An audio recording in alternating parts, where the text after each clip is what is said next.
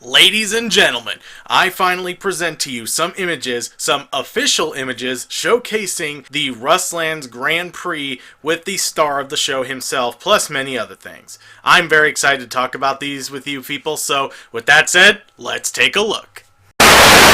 So here we have the star of the show, Megamix, and I gotta say, well played to you, creative team at Beanox. This looks way better than his Game Boy Advance counterpart on the Huge Adventure.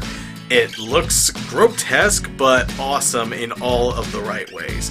The way that they have these spikes protruding out of his left shoulder, the way the engine's metal half of his head doesn't look quite right as it's being fused with Cortex. I also love both the sharp teeth and the swollen spots on the side of Cortex's head. That's a really nice touch.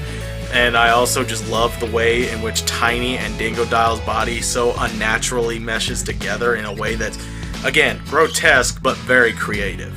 So props to you, Beanox, for taking something I wasn't really the biggest fan of and really doing something great with it. So now we go on to the carts here, and once again, like with what we've seen so far, they look really good too.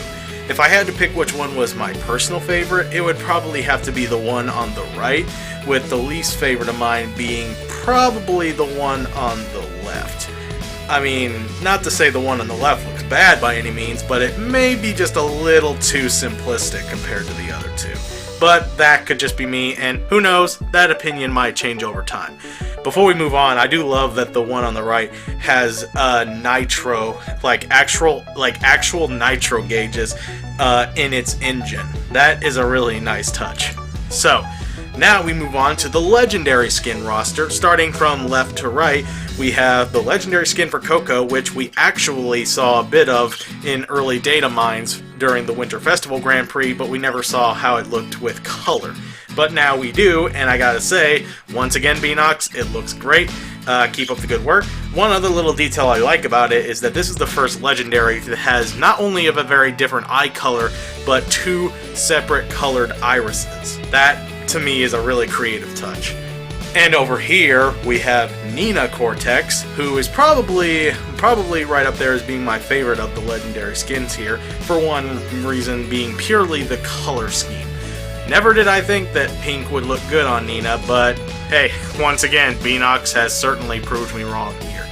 And then right beside her we have Engine, who is cool, don't get me wrong, but is probably somewhere in the middle in terms of my opinions on the legendaries here. Like, one little detail I definitely love is the way the rocket on his head looks, if that's even what that's supposed to be. I mean, I guess, considering the pipes and everything, but it just looks like a very poorly made one, made from scraps, which doesn't really surprise me in all honesty, but it's just cool to see. And obviously right behind him we have Megamix, but right next to Megamix we have the legendary skin for Megamix, which not only looks cool, but there are some things about it that make it look metal. Like the fact that underneath the freaking metal helmet we have what looks to be a skull of Megamix, like the skull of Megamix, and if that's the case, that is so cool yet so hardcore at the same time. And right underneath the legendary for Megamix we have Crash, this essentially looking like, as Canadian Guy A pointed out in his commentary, essentially a play on the legendary skin for Crash, Biker Crash, which, to be honest, I really shouldn't be all that surprised by it. Honestly, seems like kind of a given, if you ask me, with some notable differences, not the least of which being the goggles, the spiked shoulder pad, and, like, actual boots. But then underneath him is probably my least favorite with Polar. Like, don't get me wrong, it looks nice, but there just really isn't a whole lot to it. I do like the purple mohawk and the green on the side of his eye. Like, that does make it stand out a little bit for me, especially with Polar, but there really isn't too much else beside that. But right next to him is probably my third favorite legendary, that being a robot Purra. And what I like too is that this also kind of reminds me a little bit of Robot Crunch, a exclusive skin for the Nitrous Oxide edition, which I unfortunately do not own. so I unfortunately do not have that skin. And right above him, we have a legendary skin for Cortex, which is cool, and it definitely does give me a little bit of vibes to Ebenezer Von Clutch. I don't know if it's just me, but overall, it looks nice. And then right next to him is probably my all-time favorite of these legendaries. In fact, if I'm being completely honest, this one might work its way up to being my favorite legendary skin of all time. And that being a very disturbing and mutated version of Dingodile. And Dingodile was already a mutant to begin with, if we wanted to be completely real here. So seeing them go all the way with that, and even putting more emphasis on his crocodile side, I think is a really nice one. Also, before we move on to the next one, minor note, I like how hit the gun of his flamethrower, if that's even what that's supposed to be. It could be something else, I don't know. But it kind of reminds me a bit of the Lancer from the Gears franchise, which, to be honest, that alone I feel gives this one a good few points for me, because I love the Gears franchise. Minus Gears of War Judgment, of course. And then finally, we have Tiny. The one thing I definitely love about this one, or a couple, are both the saber-toothed skull and the spiked tire shoulder pads. Those alone, I feel, give this one a bit of its own unique identity. But overall, it's definitely above the middle, but not quite to the top for me.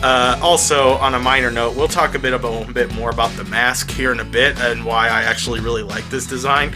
But moving on to the tier bar for the Grand Prix, we have Megamix at the end of the bronze tier, obviously. That's just kind of how it's always been for the Grand Prix ever since the beginning. And then we have Nina's Legendary at the end of the silver tier.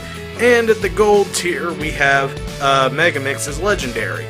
So, not really too much else I can say about that. It's just nice to have a bit more of a clear idea of what we're in for.